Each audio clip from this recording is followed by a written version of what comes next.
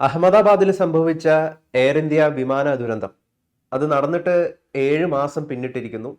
എന്നാൽ സമാനമായിട്ടുള്ള ഒരു വലിയ അപകടം കഴിഞ്ഞ ദിവസവും സംഭവിക്കുമായിരുന്നു. എന്തോ ഒരു ഭാഗ്യം കൊണ്ട് രക്ഷപ്പെട്ടു എന്നുള്ളതേ പറയാൻ വേണ്ടി സാധിക്കുള്ളൂ.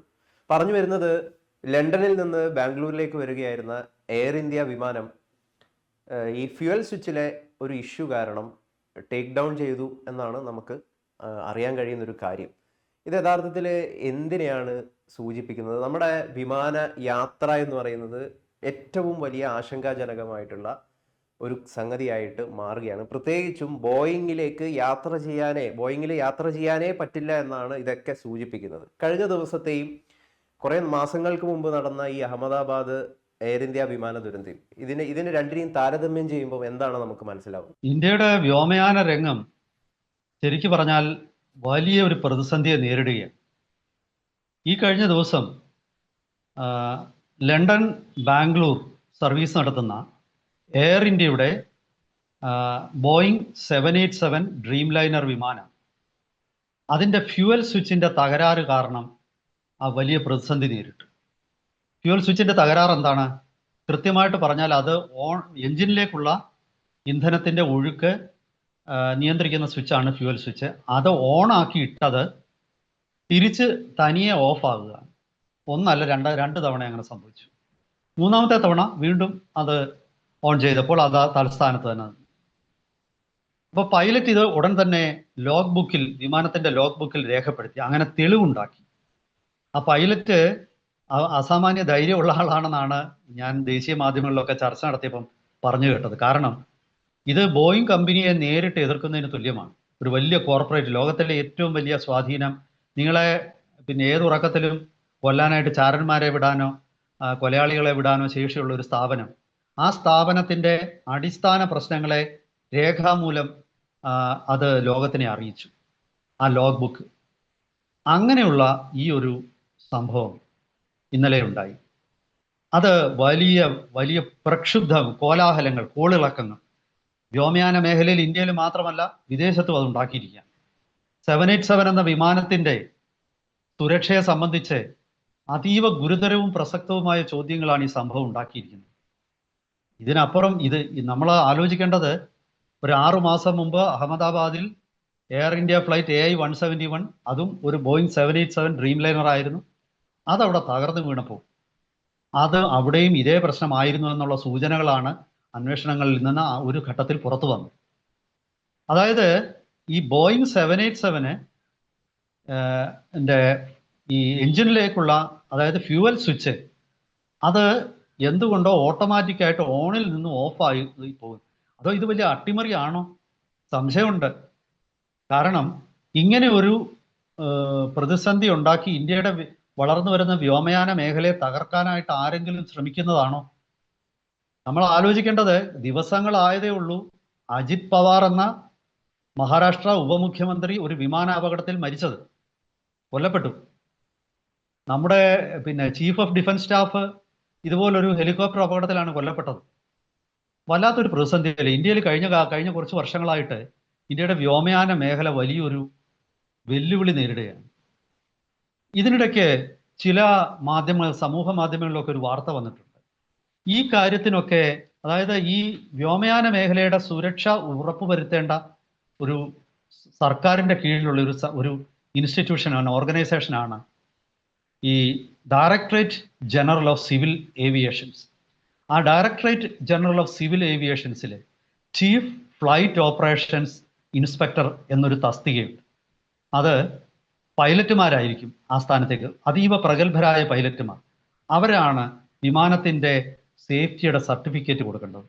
ഈ ഫ്ലൈറ്റ് ഓപ്പറേറ്റർമാരെന്ന് പറയുന്ന, ഇപ്പോൾ എയർ ഇന്ത്യ ആയാലും അതല്ലെങ്കിൽ മറ്റേതെങ്കിലും കമ്പനി ആയാലും, ഇവർക്ക് ആർക്കായാലും, ഇൻഡിഗോ ആയാലും സർട്ടിഫിക്കേഷൻ കൊടുക്കേണ്ടത്, ഇനി സ്വകാര്യ ചാർട്ടേഡ് ഫ്ലൈറ്റ് നടത്തുന്ന കമ്പനികൾക്കായാലും എല്ലാവർക്കും ഈ വിമാനം പറക്കാൻ യോഗ്യമാണ്, ഇത് യാത്രക്കാരുടെ സുരക്ഷ ഉറപ്പുവരുത്താൻ പര്യാപ്തമാണ് എന്നുള്ള സർട്ടിഫിക്കറ്റ് കൊടുക്കേണ്ട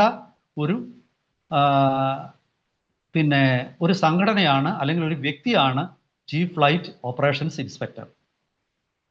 ആ chief flight operations inspector Shweta സിംഗിനെതിരെയാണ് വലിയ പരാതി ഇപ്പോൾ വരുന്നത്. അവർക്ക് മുമ്പ് ആ സ്ഥാനത്ത് മറ്റൊരു വ്യക്തിയാണ്. അയാളെ directorate general of civil aviations പുറത്താക്കിയതാണ്.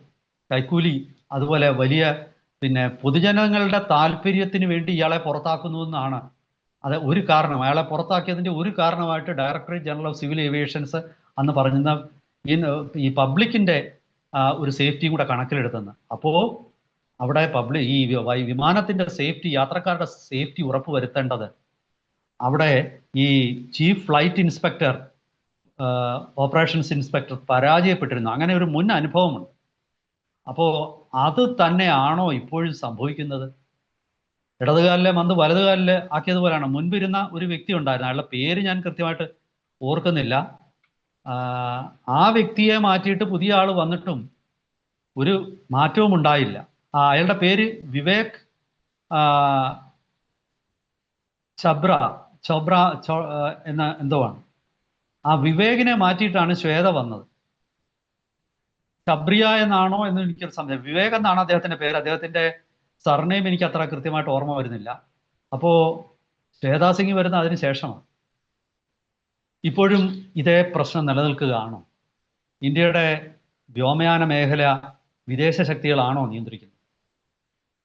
ശരിക്കു പറഞ്ഞാൽ ഇപ്പോൾ അതീവ ഗൗരവമുള്ള ഒരു വിഷയമാണ്.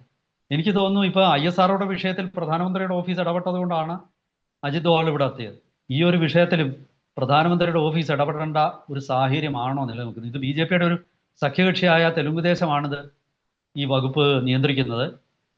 രാമനോഹർ നായിഡു എന്ന മന്ത്രിയാണ് അവരുടേത്. പക്ഷേ സ്വാഭാവികമായിട്ടും ഒരുപാട് സംശയങ്ങൾ വരുന്നത് ഈ വിഷയത്തിൽ എന്തുകൊണ്ടാണ് കൃത്യമായ നടപടികൾ എടുക്കാത്തത് എന്നാണ്. യഥാർത്ഥത്തിൽ ഒരു വിമാനം പറക്കുന്നതിനിടയിൽ ഇങ്ങനെ ഒരു സംഭവം ഉണ്ടായാൽ എത്ര പേരുടെ ജീവനായിരുന്നതിനെയും അപകടത്തിലാകുന്നു.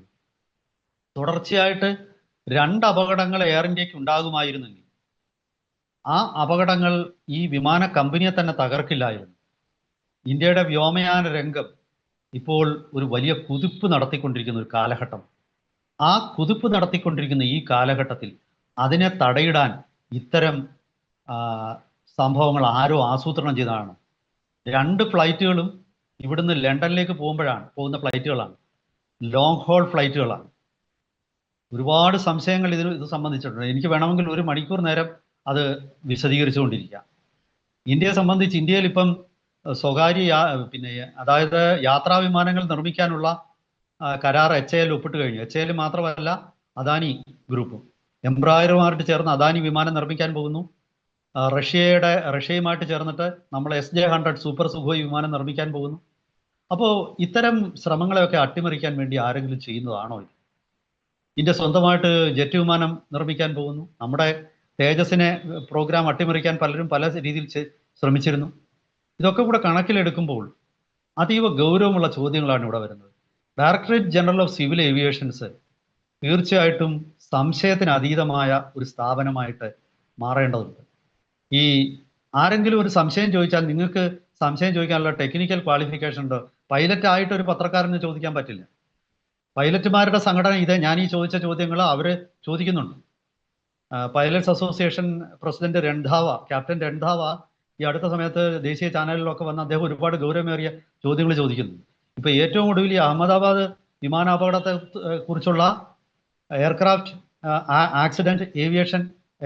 Accident board investigation board AAIB നടത്തുന്ന അന്വേഷണം അത് വഴിതെറ്റിയിരിക്കുകയാണെന്ന് ഈ പറയുന്ന പൈലറ്റുമാരുടെ സംഘടന ആക്ഷേപിച്ചിട്ടുണ്ട്. ഈ അന്വേഷണം മാറ്റിയിട്ട് പുതിയ അന്വേഷണം കൊണ്ടുവരണമെന്ന് മരിച്ച പൈലറ്റ് സബർവാളിന്റെ അച്ഛൻ സുപ്രീം കോടതിയിൽ ഹർജി കൊടുത്തിട്ടുണ്ട്. ഈ മരിച്ച പൈലറ്റിന്റെ ബന്ധുക്കളെ പോലും ആവശ്യമില്ലാതെ വിളിച്ചു വരുത്തി ഹറാസ് ചെയ്യുന്ന, അവർക്കാർക്കും ഇതുമായിട്ട് ഒരു ബന്ധവുമില്ല. അവർ സാക്ഷിയല്ല, അവർ ഈ വിമാനം ഓടിച്ചിട്ടുമില്ല. ചുരുക്കി പറഞ്ഞാൽ ആരൊക്കെയോ നമ്മുടെ രാജ്യത്തെ നിയന്ത്രിക്കാനായിട്ട് ശ്രമിക്കുന്നുണ്ടോ പിൻവാതിലിലൂടെ? എന്തായാലും ദോവാള് ഈ രംഗത്തും ഇടപെടേണ്ട സാഹചര്യമാണെന്നാണ് എനിക്ക് തോന്നുന്നത്. പ്രധാനമന്ത്രിയുടെ ഓഫീസ് നിശ്ചയമായിട്ടും ഈ വിഷയത്തിൽ ഇടപെട്ട് അത് സഖ്യകക്ഷി ആണെങ്കിൽ പോലും അക്കാര്യത്തിൽ അവരിൽ നിന്ന് വിശദീകരണം ചോദിക്കേണ്ട സാഹചര്യമാണ് എത്തിയിരിക്കുന്നത്. ഞാൻ അവരെ മാത്രമല്ല കുറ്റപ്പെടുത്തുന്നത്, ഈ directorate general of civil aviations തീർച്ചയായിട്ടും അവിടെ വലിയ മാറ്റങ്ങൾ വരുത്തേണ്ടിയിരുന്നു. അവിടുത്തെ സിസ്റ്റമിക് ഫോൾട്ടുകൾ മാറ്റേണ്ടിയിരിക്കുന്നു. ഇതാണ് എനിക്ക് പറയാൻ